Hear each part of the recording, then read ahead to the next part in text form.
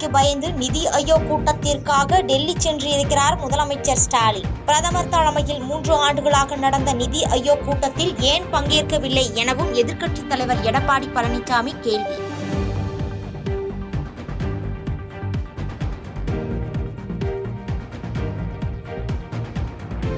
கர்நாடக மாநிலத்தில் இன்று முதல் கொரோனா பரிசோதனை மீண்டும் தொடங்கப்பட உள்ளதாக அறிவிப்பு. பொதுமக்கள் அதிகம் கூடும் இடங்களில் மாஸ்க் அணிந்து கொள்வது நல்லது என அரசு அறிவுறுத்தல்.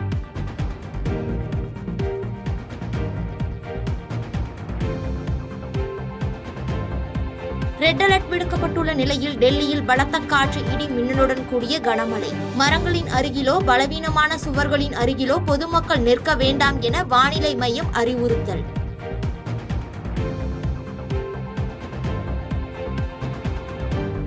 பாகிஸ்தானில் இருந்து குஜராத் வழியாக ஊடுருவ முயன்ற நபர் சுட்டுக் கொலை. சர்வதேச எல்லையை கடக்க முயன்றதால் எல்லை பாதுகாப்பு படையினர் நடவடிக்கை.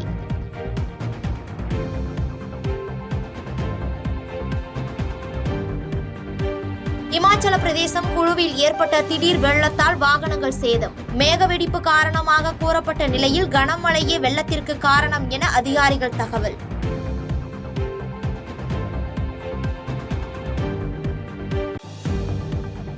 இடி ரெய்டுக்கு அஞ்சி வெள்ளைக்கொடி ஏந்தி பிரதமரை சந்திப்பதாக இபிஎஸ் முன்வைத்த குற்றச்சாட்டுக்கு முதலமைச்சர் மு.க. ஸ்டாலின் பதில். தம்மிடம் வெள்ளைக்கொடி இல்லை என்றும் எடப்பாடி பழனிசாமியிடம் இருப்பது போல காவி கொடியும் இல்லை என பேட்டி. வெள்ளைக்கொடி காட்டப்படுறாரு, வெள்ளைக்கொடி இல்ல, அவர்கிட்ட இருக்கிற மாதிரி காவி கொடி இல்ல. தமிழ்நாடு அரசின் தலைமை காஜி சலாஹித்தீன் அயூப் மறைவுற்ற செய்தி அறிந்து வேதனை அடைந்தேன். தலைமை காஜி மறைவு இஸ்லாமிய மக்களுக்கு மட்டுமின்றி தமிழ்நாட்டிற்கே பேரிழப்பாகும் என அதிமுக பொதுச் செயலாளர் எடப்பாடி பழனிசாமி இரங்கல்.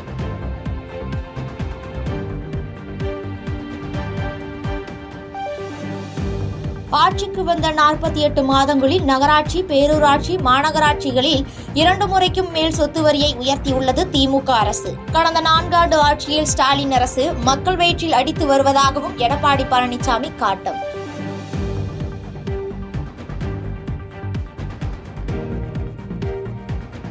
கட்சித் தலைவர் பதவியில் இருந்து மாற்றும் அளவுக்கு செய்த தவறு என்னவென்று தெரியவில்லை என அன்புமணி ராமதாஸ் ஆதங்கம். கடந்த 1 மாதமாக மிகுந்த மன உளைச்சலுக்கு ஆளானதாக தருமபுரியில் நடைபெற்ற நிகழ்ச்சியில் பேச்சு.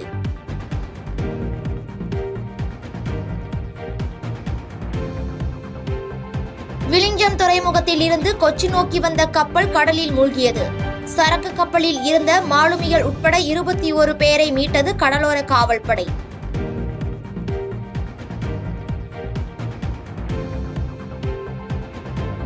பாகிஸ்தானுக்கு உளவு பார்த்ததாக குஜராத்தைச் சேர்ந்த சுகாதார ஊழியர் கைது.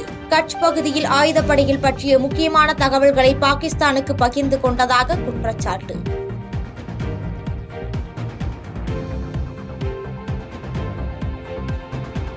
தமிழ்நாடு அரசின் தலைமை காஜி சலாஹித்தீன் அயூப் மறைவு செய்தி அறிந்து மனவேதனை அடைந்தேன். தனது பொறுப்புக்காக அரசு வழங்கிய கார், வீடு ஆகிய சலுகைகளை பெறாமல் சேவையாற்றியவர் என தவேக தலைவர் விஜய் இரங்கல்.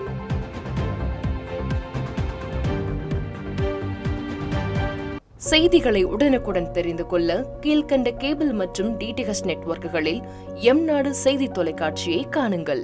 பாதகம் செய்பவரை கண்டால் நாம் பயம் கொள்ளலாகாது பாப்பா. மோதி மிதித்து விடு பாப்பா, அவர் முகத்தில் உமிழ்ந்து விடு பாப்பா. அண்மை செய்திகளை உடனுக்குடன் தெரிந்து கொள்ள இணைந்திருங்கள் எம்நாடு தொலைக்காட்சியுடன்.